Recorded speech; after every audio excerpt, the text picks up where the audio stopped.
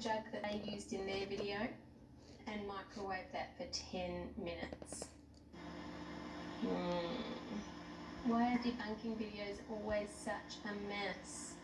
Look, it's bubbled and boiled over everywhere, and I can hear it popping and banging, and it's still got 5 minutes to go.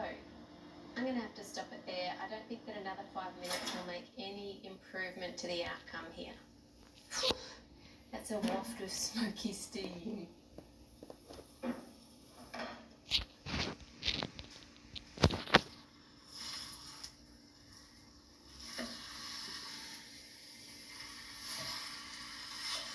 Now, because they copy each other, of course, 5 Minute Crafts also has a sweetened condensed milk recipe, but theirs has a slight twist to it.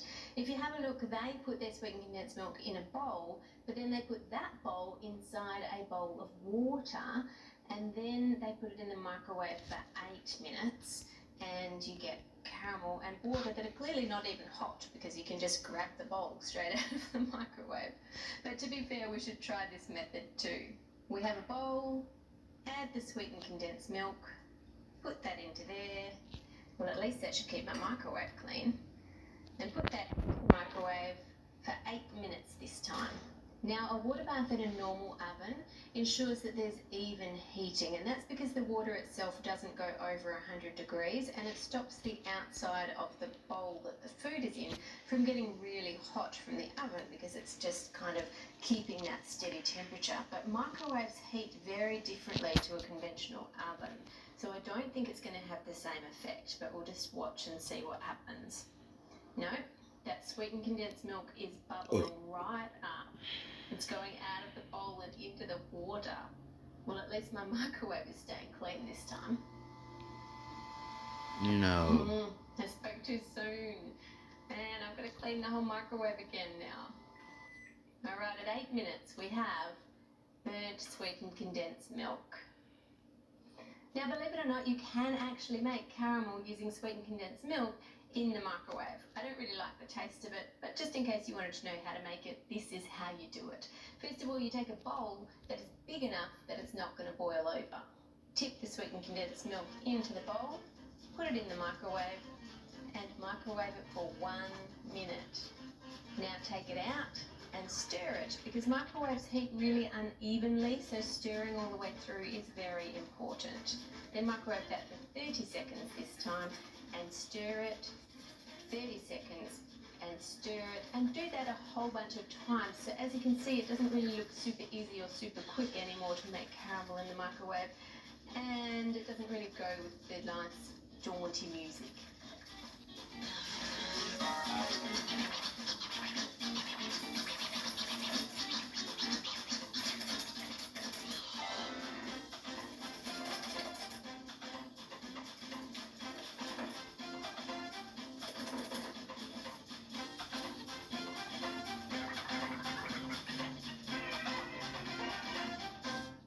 Moving on now to 15 lazy girl hacks that actually work by Blossom. How did she not react to the taste of ink in her mouth? And why did she just let it dribble down onto her shirt as if she didn't know what was going on? This reminds me of the time that Link tried to consume edible printer ink. You know, the ink that you use to print out onto the sheets of fondant to go on top of cakes. So it's non-toxic, but you're not really just supposed to eat it in bulk. But he ate some of it thinking it was okay to eat. You get any? It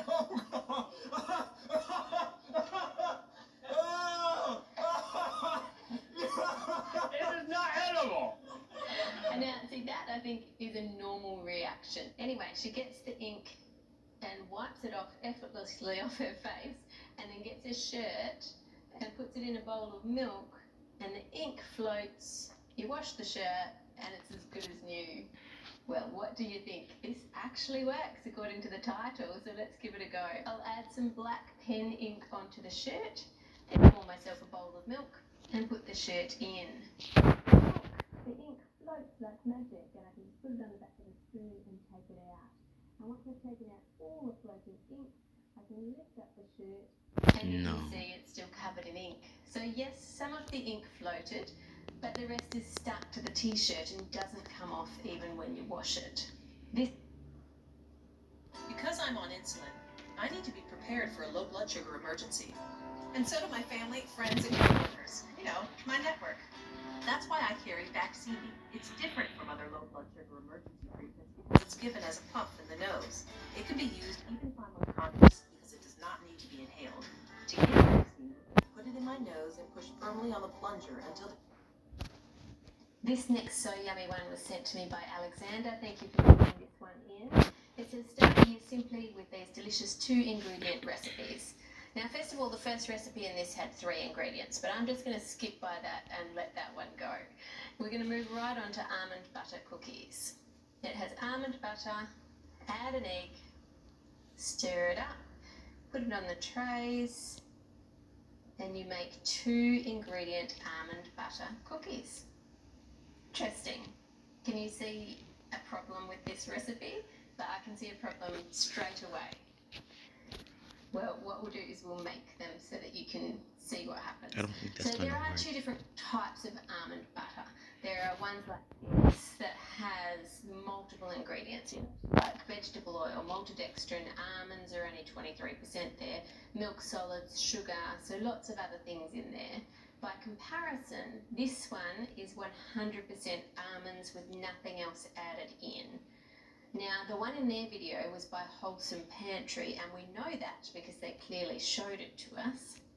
And now let me look up that brand because I can't get it here. It says it has 2 ingredients only, almonds and sea salt. So it's pretty much 100% almonds, so it's like the macro one, so I'll use that one. Add an egg to the jar. That doesn't fit at all, does it? Okay, I've just tipped out that egg and got a new one, and I'm going to put all of that almond paste into the bowl and stir it in a bowl. I know they like to keep it all looking simple by doing it in a jar, but it's actually much easier to do it in a bowl.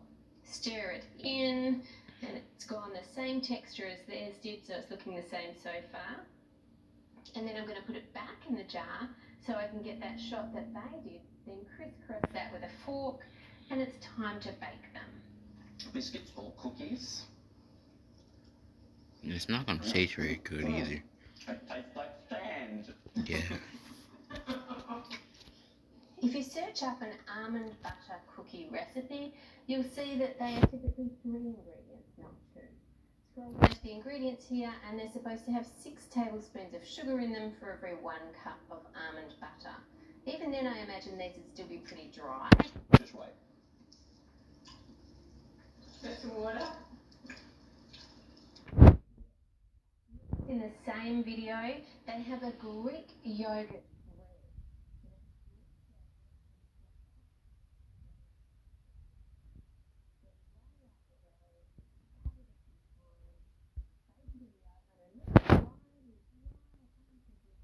Where's the yeast? Now, I'll get back to the recipe side of that in a minute, but did you notice, first of all, the brand of the yogurt? It was Wholesome Pantry, again. Surely this video must be sponsored for 2 clear product shots by the same brand, which I haven't seen any disclosure for yet, but if I go right to the very end of the video, it does say, with ShopRite. And is that enough disclosure? Hi, I'm Amber Lee, an attorney at the Federal Trade Commission. Tell people about your brand relationship, along with your endorsement. Put it early in the message, or superimposed prominently on the picture. Again, make sure to put your disclosure where people can't miss it. That is a whole different issue. So we're just going to skip over that one and go back to the recipe. I want to try this one. I'm using Greek yogurt. I'm not using Wholesome Pantry because I don't have that brand here. And this whole video is hashtag not sponsored. So we'll put that in the food processor. Seems easy so far. Shape it into a roll, give it a few cuts, and put it on a tray. And now bake that in the oven. For comparison purposes, I've actually pre-prepared a normal dough for bread. Yeast in it, as well as the flour, a little bit of sugar so the yeast can feed on that, and some other ingredients in there as well that you normally have to make bread. Now I'm just going to weigh out a piece that is the exact same weight as the Greek yogurt bread so that we can do a side-by-side comparison of them baking in the oven. I'll give that one 3 cuts too, and now we can bake them. The one on the left is normal bread dough and the one on the right is the Greek yogurt bread dough. The normal one rises and expands as you would imagine as the yeast ferments the sugar.